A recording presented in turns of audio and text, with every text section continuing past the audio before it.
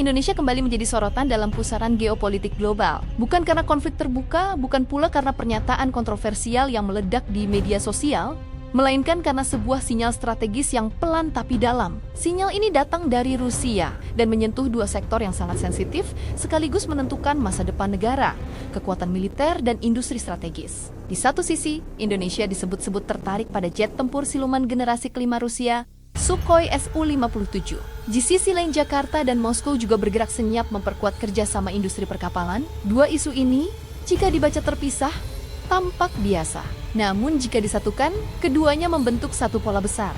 Upaya Indonesia menegosiasikan ulang posisinya dalam tatanan dunia multipolar. Isu S-57 ini bukan muncul dari gosip forum daring atau spekulasi media abal-abal. Pernyataan tersebut datang dari seorang akademisi Rusia, Nikita Kuklin, profesor media dari Departemen Studi Oriental dan pakar di Pusat Kajian ASEAN MGI, sebuah institusi elit di bawah Kementerian Luar Negeri Rusia. Artinya, apa yang disampaikan Kuklin bukan sekadar opini pribadi, melainkan refleksi cara pandang kalangan strategis Rusia terhadap Indonesia. Ketika seorang akademisi dari lingkaran kebijakan Moskow menyebut Indonesia secara spesifik, itu sudah merupakan sinyal geopolitik. Rusia tidak sembarang menyebut nama negara, apalagi dalam isu sensitif seperti jet tempur generasi kelima. Menurut Kuklin, Indonesia dipandang sebagai negara yang pragmatis, negara yang sadar betul akan tekanan Barat. Namun pada saat yang sama juga melihat bahwa teknologi militer Rusia masih sangat relevan dengan agenda modernisasi pertahanan nasional. Apalagi, agenda tersebut secara konsisten didorong sejak Prabowo Subianto menjabat sebagai Menteri Pertahanan dan kini berlanjut dalam kapasitasnya sebagai Presiden Republik Indonesia. Dalam pandangan Rusia, Su-57 bukan sekadar alutsista. Ia adalah simbol kemandirian teknologi militer Rusia, simbol perlawanan terhadap dominasi Barat, dan simbol bahwa Moskow masih punya tawaran serius di pasar persenjataan global. S-57 adalah jet tempur siluman generasi kelima yang dirancang untuk menghadapi peperangan udara modern. Pesawat ini mengusung kemampuan stealth, super cruise, manuver ekstrim, radar canggih, serta fleksibilitas persenjataan untuk pertempuran udara maupun serangan darat. Dalam doktrin militer Rusia, Su-57 diproyeksikan sebagai tulang punggung kekuatan udara masa depan. Maka ketika Indonesia disebut melirik pesawat ini, pertanyaannya bukan lagi soal spesifikasi teknis, melainkan soal makna strategis di balik ketertarikan tersebut.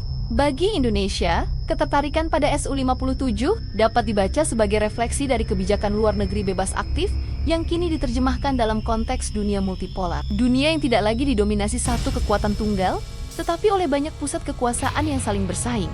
Dalam dunia seperti ini, ketergantungan pada satu blok saja dianggap berisiko. Diversifikasi mitra strategis menjadi kunci. Rusia, dalam hal ini, menawarkan alternatif di luar orbit Barat.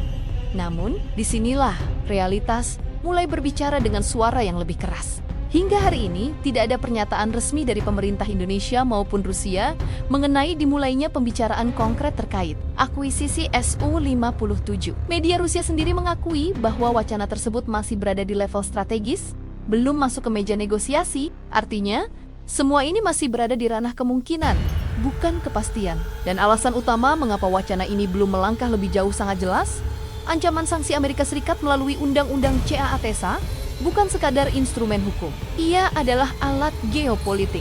Pengalaman Indonesia dengan Su-35 menjadi pelajaran mahal. Kontrak yang telah ditandatangani bertahun-tahun lalu akhirnya menggantung tanpa kejelasan akibat tekanan sanksi. Bahkan negara sebesar India yang memiliki hubungan militer panjang dan dalam dengan Rusia masih berhitung sangat hati-hati dalam rencana pengadaan Su-57. Jika India saja berhati-hati, apalagi Indonesia yang secara ekonomi dan finansial masih terhubung erat dengan sistem Barat. Risiko sanksi ini bukan isapan jempol. Ia bisa berdampak pada sektor keuangan, investasi asing, hingga stabilitas nilai tukar. Inilah dilema klasik negara berkembang di tengah pertarungan kekuatan besar. Di satu sisi, ada kebutuhan untuk memperkuat pertahanan dan menjaga kedaulatan strategis.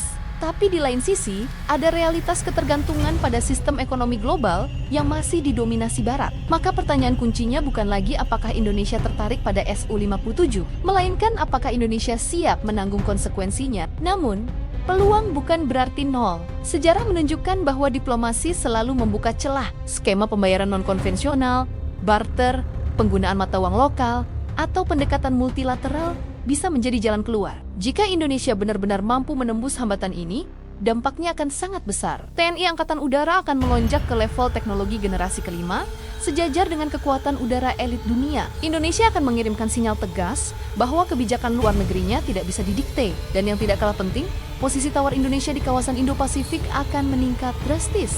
Namun, kekuatan militer tanpa basis industri hanyalah kekuatan semu. Disinilah kabar kedua menjadi sangat penting, bahkan mungkin lebih penting dalam jangka panjang. Indonesia dan Rusia kini menunjukkan keseriusan membangun kerjasama strategis di sektor industri perkapalan.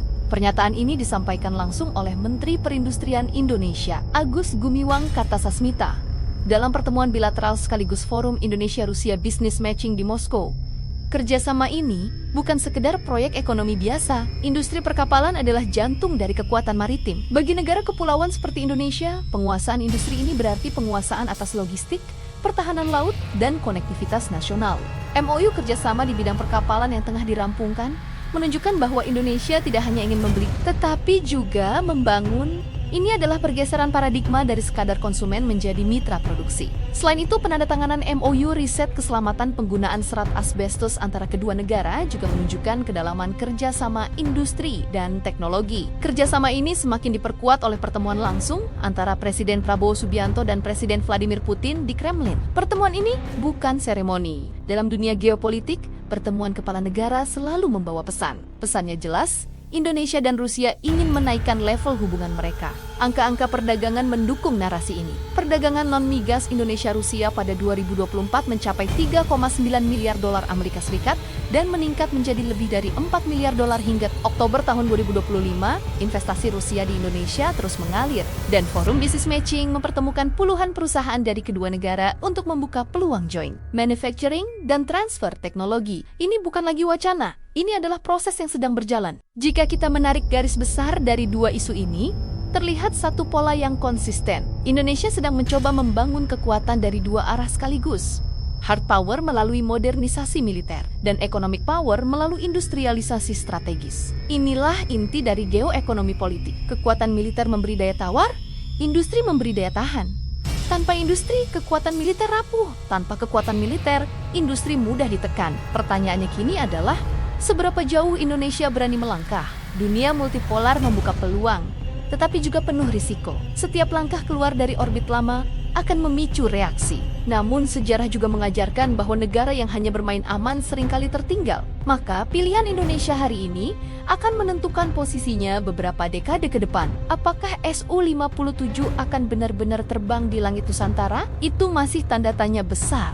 Namun yang jelas, arah kebijakan Indonesia sedang bergerak. Bukan lagi sekadar mengikuti arus, tetapi mencoba membentuk arusnya sendiri. Dan dalam dunia geoekonomi politik, keberanian seringkali menjadi pembeda antara negara yang sekadar bertahan dan negara yang menentukan arah sejarah. Silakan tuliskan pandangan kalian di kolom komentar. Apakah langkah ini realistis? Atau justru terlalu berisiko? Apakah Indonesia sudah cukup kuat untuk benar-benar berdiri independen di tengah pertarungan global? Terima kasih sudah menyimak analisis geoekonomi politik ini. Jangan lupa dukung channel ini agar diskusi kritis dan berimbang seperti ini terus berlanjut. Sampai jumpa di video berikutnya.